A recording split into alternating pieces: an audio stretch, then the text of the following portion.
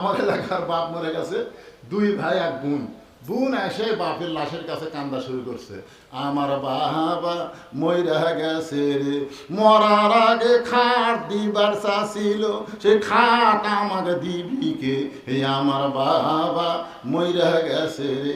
আপনার বলেন তো ওই কান্দা যাচ্ছে না খাট আদায় করে যাচ্ছে?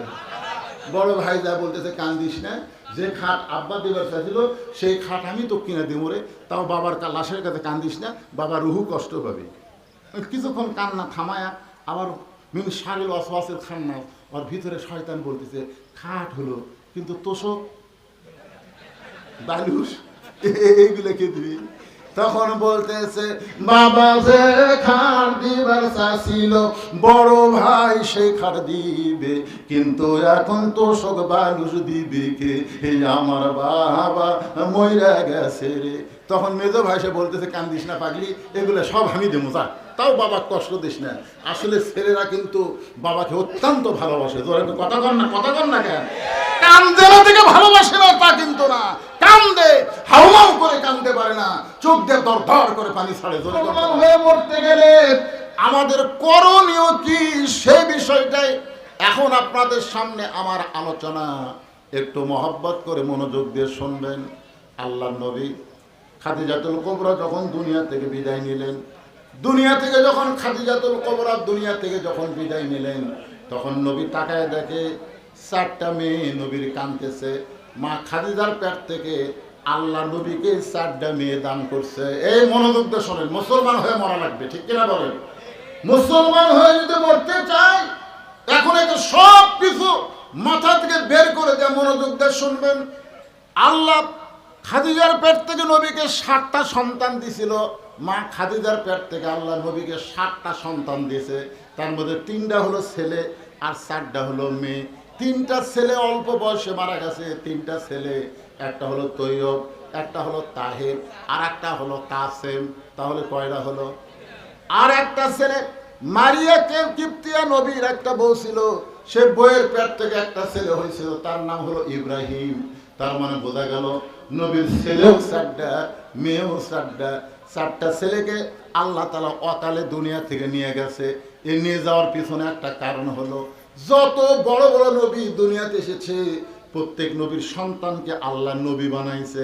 আদম আলাইহিস সালামের সন্তান শীষকে আল্লাহ নবী বানাইছে। আবার ইব্রাহিম আলাইহিস সালাম বড় নবী, তার সন্তানকে ইসমাইল ইসহাককে আল্লাহ নবী বানাইছে। আবার ইসহাক বড় নবী, তার সন্তান ইয়াকুবকে আল্লাহ নবী বানাইছে। এভাবে ইয়াকুব বড় নবী, তার সন্তান ইউসুফকে আল্লাহ নবী বানাইছে। আর একজন বড় নবী ঈসা আলাইহিস সালাম, দাউদ আলাইহিস সালাম, তার সন্তান সুলাইমান আলাইহিস সালামকে আল্লাহ নবী বানাইছে। আর একটা বড় নবী ঈসা নবী, তাই বিয়েই করেনি, তার সন্তান হবে কোথা থেকে?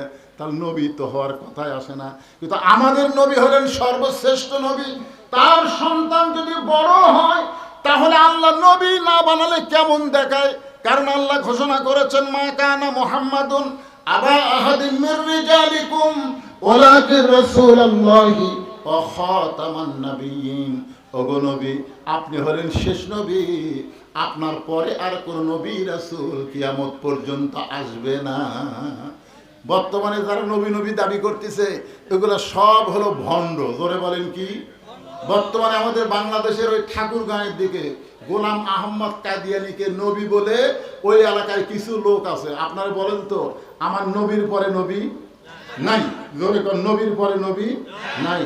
গোলাম আহমদ কাদিয়ানী কাফের।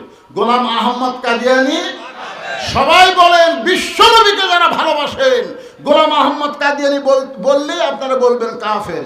গোলাম আহমদ কাদিয়ানী নবীর পরে নবী নাই।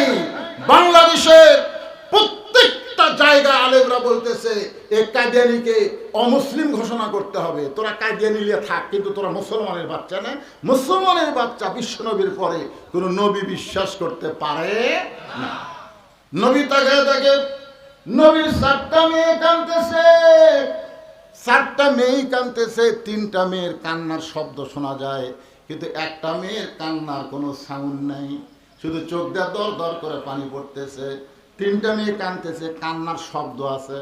আমার মা মইরা গেছে রে, কোথায় গেলে বলো আমরা মা পাবো রে, আমার মা মইরা গেছে রে। এরকম কিন্তু মেয়েরা কান্দে, কান্দে না ভাইজান? আপনার এলাকায় যখন বাপ মরা যায় মেয়েরা কান্দে। দুনিয়া থেকে বিদায় নেওয়ার পরে 3টা মেয়ে হাওমা করে কাঁদতেছে, কুলসুমা, জয়নাব, রোকেয়া। কিন্তু ফাতেমার মুখের কোনো শব্দ নাই, চোখটা দর দর করে পানি পড়তেছে। এমন সময় আল্লাহর নবী ডাক দিলেন, ফাতেমা তুমি একটু আমার ঘরে আসো মা। ফাতেমা যেই মাত্র ঘরে আইছে, নবী একটা কথা ফাতেমার কানে কানে বলে, ফাতেমা তোমার মা যখন দুনিয়া থেকে বিদায় নিছে, বিদায় নেওয়ার আগে আমাকে ওসিয়ত করেছে, 2টা ওসিয়ত করেছে মা, সে ওসিয়তটা পালন করা লাগবে। কারণ ওসিয়ত পালন করা হলো ওয়াজিব। জোরে কোন ওসিয়ত পালন করা কি? তোমার মা ওসিয়ত করেছে, 1 নম্বর ওসিয়ত হলো তোমার মাকে তুমি গোসল করাতে হবে। তুমি শুধু একাই গোসল করাবা, অন্য কেউ তোমার মায়ের কাছে থাকতে পারবে না। তোমার মাকে তুমি শুধু একা একা গোসল করাবা। আপনার বলেন তো, গোসল করানোর সময় তার সব জায়গায় হাত দিয়ে তাকে ধুয়ে দেওয়া লাগে। ধরে কোন কথা ঠিক কি না?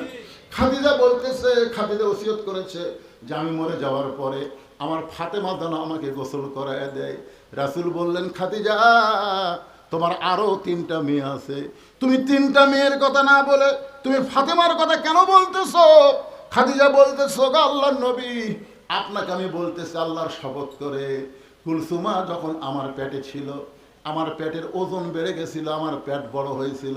রোকেয়া যখন আমার পেটে ছিল, আমার পেট বড় হয়েছিল, ওজন পেটের মধ্যে বেড়ে গেল।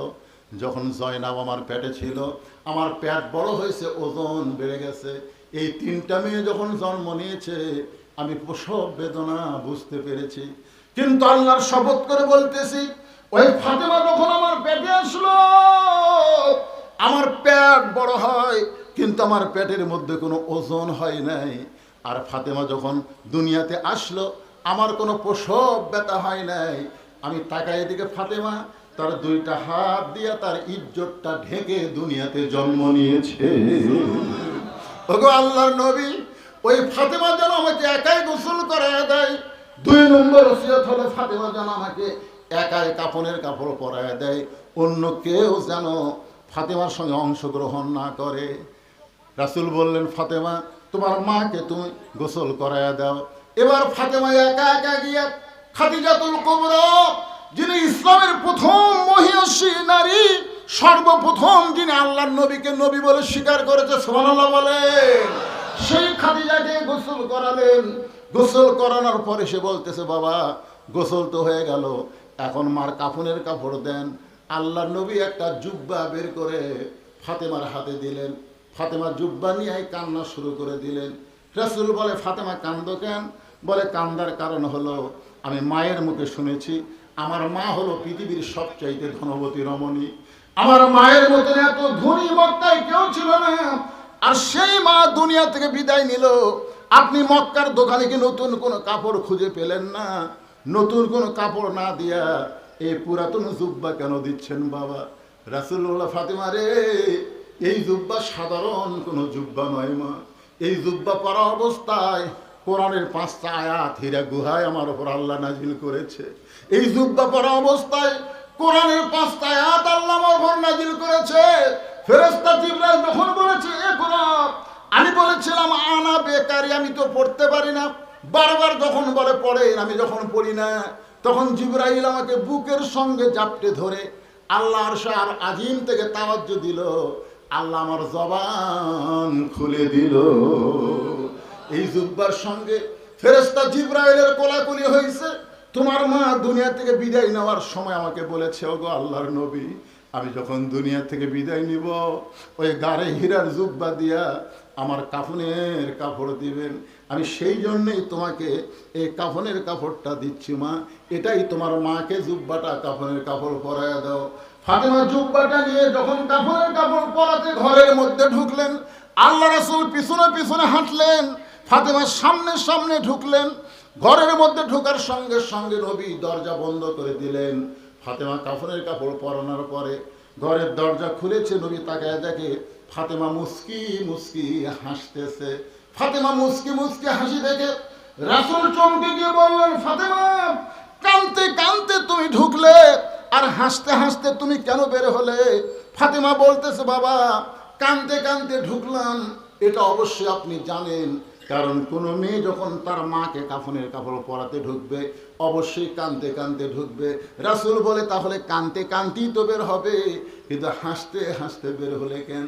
ফাতেমা বলে, বাবা আমি কাঁদতে কাঁদতে কেন ঢুকলাম, হাসতে হাসতে কেন বের হলাম, এটা কেউ না জানলেও আপনি জানেন। রাসূল বলেন, আমি জানি না।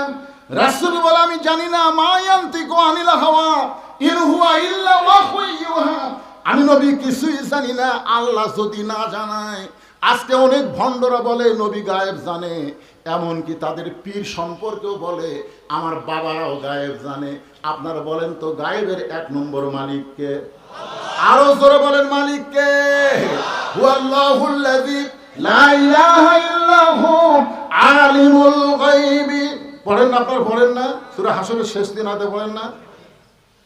তাহলে গায়েবের মালিককে? আরো জোরে। কোন পীর সাহেব গায়েব জানে? নবী জানে। নবী বলেছেন, আমি যা জানি তোমরা তা জানো না, আমিও জানি না, আল্লাহ যদি আমাকে না জানায়। ফাতেমা তুমি কাঁদতে কাঁদতে ঢুকলে এটা আমি জানি, কিন্তু হাসতে হাসতে বের হলে এটা আমি জানি না। ফাতেমা বললেন, বাবা তাহলে আপনি শোনেন, আপনার জুব্বা নিয়ে যখন আমার মাকে পরাবার চাই, এমন সময় দেখি ইয়ানজুরু বিনুরিল্লাহ, আমি নূরের চোখে তাকায় দেখি আমার মায়ের শরীরে আল্লাহ জান্নাতের পোশাক পরাইয়া দিছে। সঙ্গে সঙ্গে নবী বসে বললেন, নবী বসে বললেন, বসে মাটির মধ্যে হাত দিয়ে বললেন, আল্লাহ